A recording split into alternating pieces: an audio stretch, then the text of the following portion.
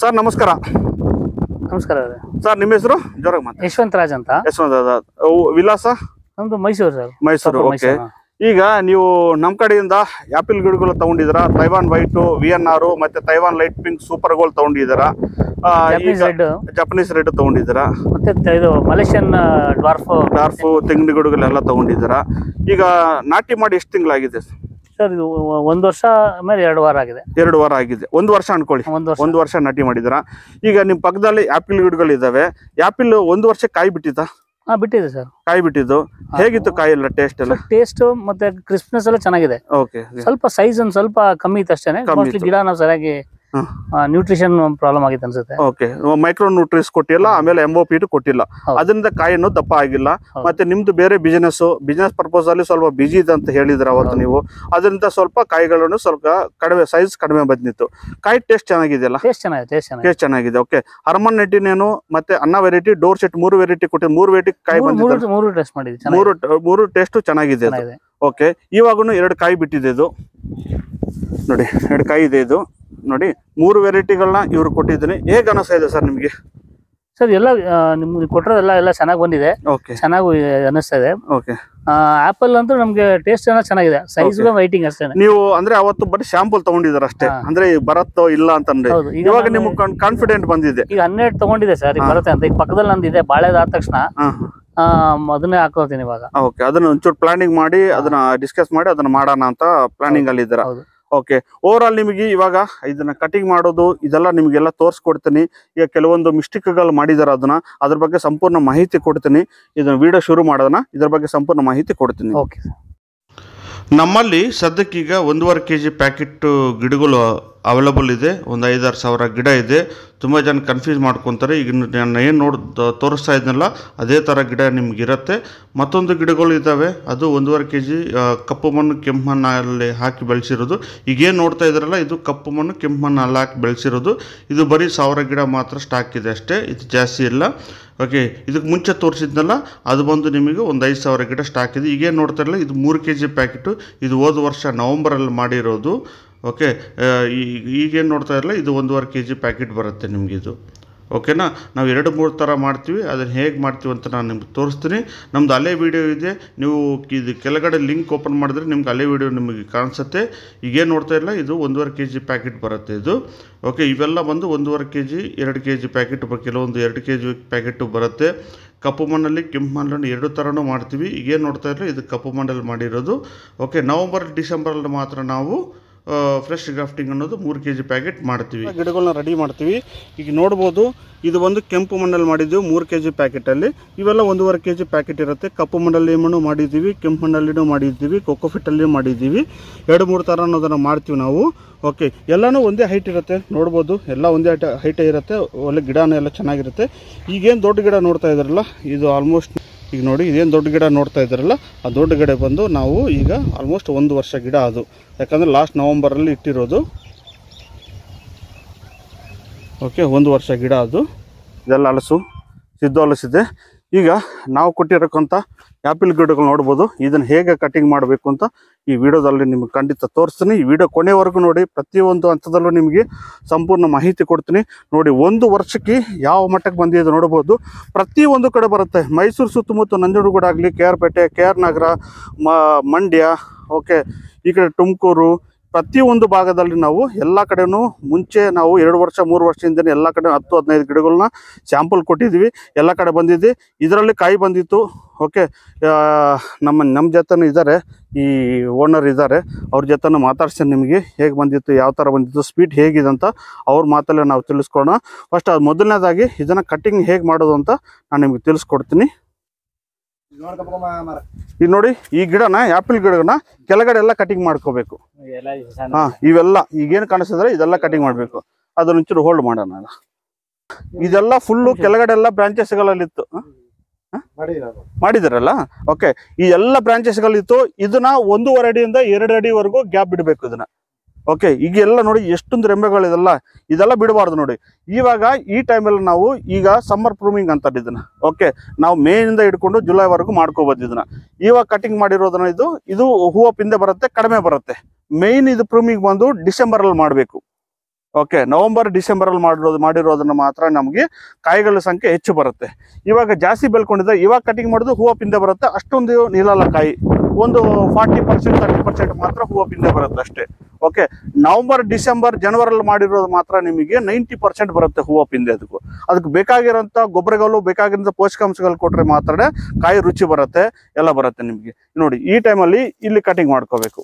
ಈ ಭಾಗದಲ್ಲಿ ಮಾತ್ರ ಒಂದೇ ಲೇಯರು ಕಟಿಂಗ್ ಮಾಡ್ಕೋಬೇಕು. ಇದನ್ನ ನೋಡಿ, ಈ ರೀತಿ ಕಟಿಂಗ್ ಅಲ್ಲಿ ಮಾಡ್ಕೊಂಡ್ರೆ ನೋಡಿ, ಒಂದೇ ಲೈನಲ್ಲಿ ನೀಟಾಗಿ ಕಟಿಂಗ್ ಮಾಡ್ಕೋಬೇಕು. ಇದು ಎಲ್ಲ ನೀಟಾಗಿ ಕಟಿಂಗ್ ಮಾಡ್ಕೋಬೇಕು. ಇದನ್ನ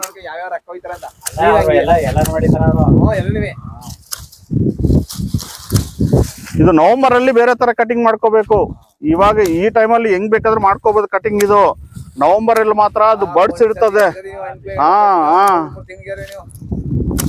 ಆ ಟೈಮಲ್ಲಿ ಅದನ್ನ ತೋರಿಸ್ತಾನೆ ನಿಮಗೆ. ನೋಡಿ, ಇವಾಗ ಹೆಂಗಾಗಿದೆ ಗಿಡ. ಇದು ಈಗೆಲ್ಲ ಬ್ರಾಂಚಸ್ ಬರುತ್ತೆ. ಇದಕ್ಕೂ ಪೇಸ್ಟ್ ಹಚ್ಚಬೇಕು, ಬ್ಲೈಟೆಕ್ಸ್ ತಗೊಂಡು ಒಂದು ಬ್ರಷ್ ತಗೊಳ್ಳಿ, ಅದನ್ನ ನೀರಲ್ಲಿ ಸ್ವಲ್ಪ ಕಳಿಸಿ ಇದಕ್ಕೆಲ್ಲ ಪೇಸ್ಟ್ ಮಾಡ್ಬೇಕಿದೆ. ಇಲ್ಲಾಂದ್ರೆ ಹುಳ ಒಳಗಡೆ ಹೋಗ್ಬಿಡ್ತದೆ, ಆ ರಸ ಎಲ್ಲ ಕುಡಿದು ಬಿಡ್ತದೆ. ಇದು ಪೇಸ್ಟ್ ಮಾಡ್ಕೋಬೇಕಿದೆ. ಅವಾಗ ಹೀಟ್ ಬರುತ್ತೆ. ಅದಕ್ಕೆ ಆ ಬಿಸಿಗೆ ಏನಾಗತ್ತಂದ್ರೆ ಸೈಡಿಗೆಲ್ಲ ಬ್ರಾಂಚಸ್ಗಳು ಬರ್ತದೆ. ಆಮೇಲೆ ಇದನ್ನ ಪೇಸ್ಟ್ ಹಚ್ಚ ತಕ್ಷಣ 1-2 ದಿನ ಬಿಟ್ಟು ಸ್ಪ್ರೇ ಮಾಡಿ. ಬ್ಲೈಟೆಕ್ಸು, ಪ್ಲಾಂಟೋಮೈಸಿನ್ ಸ್ಪ್ರೇ ಮಾಡಿ. ಅದಾದ್ಮೇಲೆ ಕ್ಲೋರೋಫರಿಫಾಸ್, ಬಾವಿಸ್ಟನ್ ಸ್ಪ್ರೇ ಮಾಡಿ. ಇದಾದ್ಮೇಲೆ ಮೈಕ್ರೋನ್ಯೂಟ್ರಿಯನ್ಸ್ ಒಂದ್ಸಲ ಸ್ಪ್ರೇ ಮಾಡಿ 1 ವಾರ ಬಿಟ್ಟು. ಅದಾದ್ಮೇಲೆ 1919 ಅದನ್ನ ಸ್ಪ್ರೇ ಮಾಡ್ಬೇಕು ಇದನ್ನ. ಓಕೆ, ಅದೆಲ್ಲ ಆಮೇಲೆ ನಾನು ಹೇಳ್ತೀನಿ. ಇದೆಲ್ಲ ಸ್ಪ್ರೇ ಮಾಡ್ಕೋಬೇಕು. ಕಂಟಿನ್ಯೂ ಈ ತರ ಸ್ಪ್ರೇ ಮಾಡಿದ್ರೆ ಹೂವು ಪಿಂದೆ ಎಲ್ಲ ಜಾಸ್ತಿ ಬರುತ್ತೆ. ಅದು 1919 ಆದ್ಮೇಲೆ 1 ವಾರ ಬಿಟ್ಟು ಇಸಾಬಿನ್ ಸ್ಪ್ರೇ ಮಾಡಬೇಕು. ಇಸಾಬಿನ್ ಸ್ಪ್ರೇ ಮಾಡಿದ್ರೆ ಹೂವು ಪಿಂದೆ ಜಾಸ್ತಿ ಬಂದ್ಬಿಡ್ತದೆ. ಸರಿನಾ? ಆಮೇಲೆ ಒಂದು ಔಷಧಿ ಕೊಡ್ತೀನಿ, ಅದನ್ನ ಬುಡಕ್ಕೆ ಹಾಕಿ ಅದನ್ನ ಸ್ಪ್ರೇನು ಮಾಡಿ. ಸೇಮ್ ಆಪಿಲ್ ಗಿಡಗಳಿಗೂ ಅನ್ನ ವೆರೈಟಿ ಆಗಲಿ, ಹರ್ಮನ್ 89 ಆಗಲಿ, ಡೋರ್ಸೆಟ್ ಗೋಲ್ಡನ್ ವೆರೈಟಿ, ಪ್ರತಿಯೊಂದಕ್ಕೂ ಒಂದೇ ಸ್ಪ್ರೇನೇ ಇದು. ಒಂದ್ ನಿಮಿಷ ನೀವು ಮಾಡಿ ನೋಡೋಣ ಏನ್ ಮಾಡ್ತೀರಾ ಅಂತ. ಇದು ಕಟಿಂಗ್ ಮಾಡಿ ಕೊಡಿ, ರನ್ನಿಂಗ್ ಇದೆಲ್ಲ. ಓಕೆ, ಈಗ ಇದು ಬಂದು ಹರ್ಮನ್ 99, ಇದು ಬಂದು ಡೋರ್ಸೆಟ್ ಗೋಲ್ಡನ್ ವೆರೈಟಿ. ಅಲ್ಲಿ ಕಾಣಿಸ್ತಾ ಇರೋದು ಬಂದು ಡೋರ್ಸೆಟ್ ಗೋಲ್ಡನ್ ವೆರೈಟಿದು. ಓಕೆ, ಇದು ಹರ್ಮನ್ 99.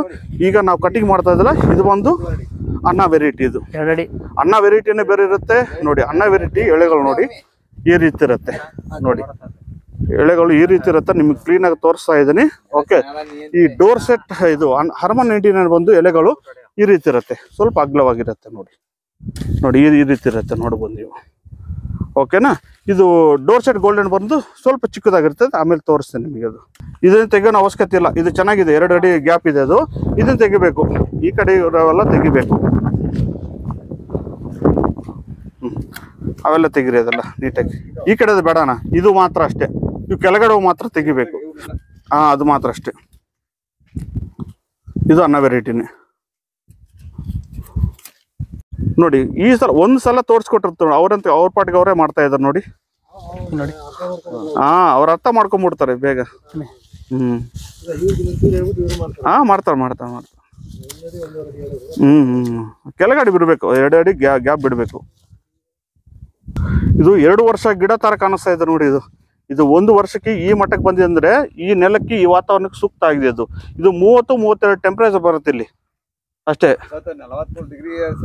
ಒಂದು ಲೊಕೇಶನ್ ಅಂತ, ಬಟ್ ನಾರ್ಮಲ್ ಅಷ್ಟೇ ಬರುತ್ತೆ ನಿಮಗೆ. ಇದೆಲ್ಲ ಕಡೆ ಸೂಕ್ತ ಆಗುತ್ತೆ. ಯಾಕಂದ್ರೆ ನಾನು ಇಲ್ಲಿ ಟೆಂಪರೇಚರ್ ಸೂಟ್ ಮಾಡಿ ಕಳ್ಸೋದು ಅನ್ನೋದನ್ನ ನಾವು ವಿಡಿಯೋದಲ್ಲಿ ನೋಡಿದಾರಲ್ಲ. 42 ಟೆಂಪರೇಚರ್ಲಿ ಗಿಡನ ಬೆಳೆಸ್ಕೊಡೋದು.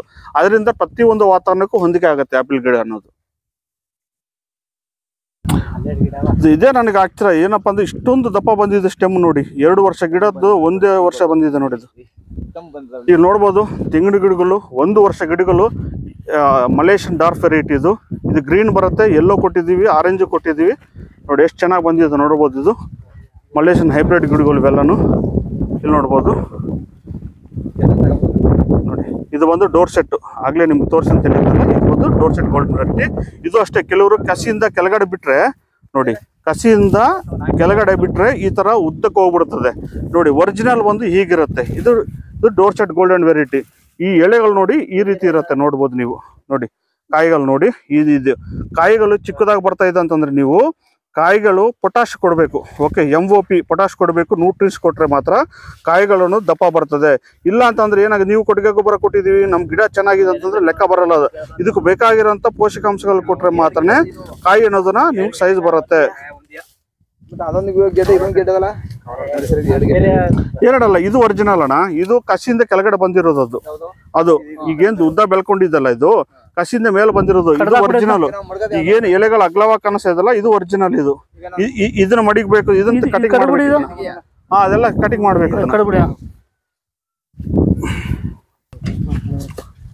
ಎಷ್ಟು ಚಿಕ್ಕ ಕಾಯಿ, ಎಷ್ಟು ಸ್ವೀಟ್ ಇದೆ. ಒಂದು ಕಾಯಿ ತಿನ್ನಿ ನೋಡಿ, ತೊಳಿ.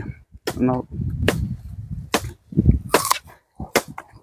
ಯಾರು ಇಲ್ದು ರುಚಿ ಬರಲ್ಲ ಅಂತ ಬರುತ್ತೆ. ಇದಕ್ಕೆ ಬೇಕಾದ್ರೆ ಇನ್ನ ಕೊಟ್ರೆ ಇನ್ನ ಬರುತ್ತೆ. ಹೇಗಿದೆ ಇಲ್ಲಿ ನೋಡ್ಬೋದು ನೋಡಿ. ಯಾವತ್ತಾದ್ರೂ ಕಸ ನಿಮಗೆ ಮಧ್ಯದಲ್ಲಿ ಕಸ ಇರ್ಲಿ, ಗಿಡದ ಬಡ್ಡಿ ಹತ್ರ 2 ಅಡಿ ಉದ್ದ ಅಗ್ಲ ಎಲ್ಲ ನೋಡಿ ಈ ತರ ನೀಟಾಗಿ ಇಟ್ಕೋಬೇಕು. ನೋಡಿ ಈ ತರ ನೀಟಾಗಿ ಇಟ್ಕೊಂಡ್ರೆ ಆಗತ್ತೆ ನಿಮಗೆ. ನೋಡಿ ಒಂದು ಕಾಯಿ ಇದೆ ಹಂಗೆ ಇದು. ಓಕೆ, ಈ ಬದುಗೋಲ ಹತ್ರ ನೀಟಾಗಿ ಸ್ವಚ್ಛವಾಗಿ ಇಟ್ಕೋಬೇಕು ಗಿಡದ ಹತ್ರ ಮಾತ್ರ. ಯಾಕಂದ್ರೆ ನೀವು ಹಾಕಿರೋ ಗೊಬ್ಬರ ಎಲ್ಲ ಈ ಕಸ ಇಳ್ಕೊಂಡ್ಬಿಡ್ತದೆ. ಓಕೆನಾ, ನೀಟಾಗಿ ಇಟ್ಕೋಬೇಕಷ್ಟೇ. ಈ ಗರ್ಕೆ ತುಂಗೆ ಇವೆಲ್ಲ ಬರ್ತಾ ಇರ್ತದೆ. ಈ ತರ ನೀಟಾಗಿ ಇಟ್ಕೋಬೇಕು ನೀವು, ಸರಿನಾ? ಇಲ್ಲ, ಮಧ್ಯದಲ್ಲಿ ಇರ್ಲಿ ಬಿಡಿ. ಅದು ಬೇಕಾದ್ರೆ ಮಳೆಗಾಲದಲ್ಲ ಒಂದು 2 ತಿಂಗಳು 3 ತಿಂಗಳಿಗೆ ಒಂದ್ಸಲ ಕಟಿಂಗ್ ಮಾಡ್ಕೊಂಡು ಸಾಕಾಗುತ್ತೆ. ಇದು ನೀಟಾಗಿ ಇಟ್ಕೋಬೇಕು ಇದನ್ನು. ಸರಿ ಸರ್.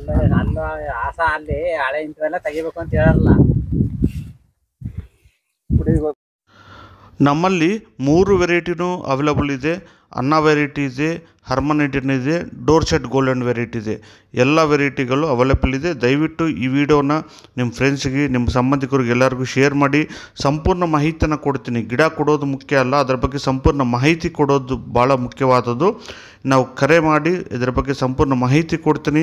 ಒಂದು ಸಲ ಭೇಟಿ ಕೊಡಿ, ಅದರ ಬಗ್ಗೆ ಎಲ್ಲ ಸಂಪೂರ್ಣ ಮಾಹಿತಿ ಕೊಡ್ತೀನಿ. ಹೇಗೆ ನೆಡಬೇಕು, ಯಾವ ರೀತಿ ನೆಡಬೇಕು, ಯಾವ ಟೈಮಲ್ಲಿ ಗೊಬ್ಬರಗಳು ಹಾಕಬೇಕು ಅನ್ನೋದನ್ನು 100% ನಿಮಗೆ ಸಂಪೂರ್ಣ ಮಾಹಿತಿ ಕೊಡ್ತೀನಿ.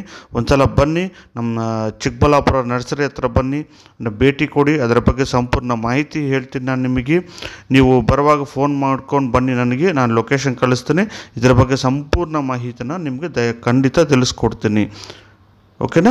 ನಿಮ್ಮ ಸಂಬಂಧಿಕರಿಗೂ, ನಿಮ್ಮ ಫ್ರೆಂಡ್ಸ್ಗೆ ಎಲ್ಲರಿಗೂ ಶೇರ್ ಮಾಡಿ, ಅವ್ರಿಗೆ ಅನುಕೂಲ ಆಗುತ್ತೆ.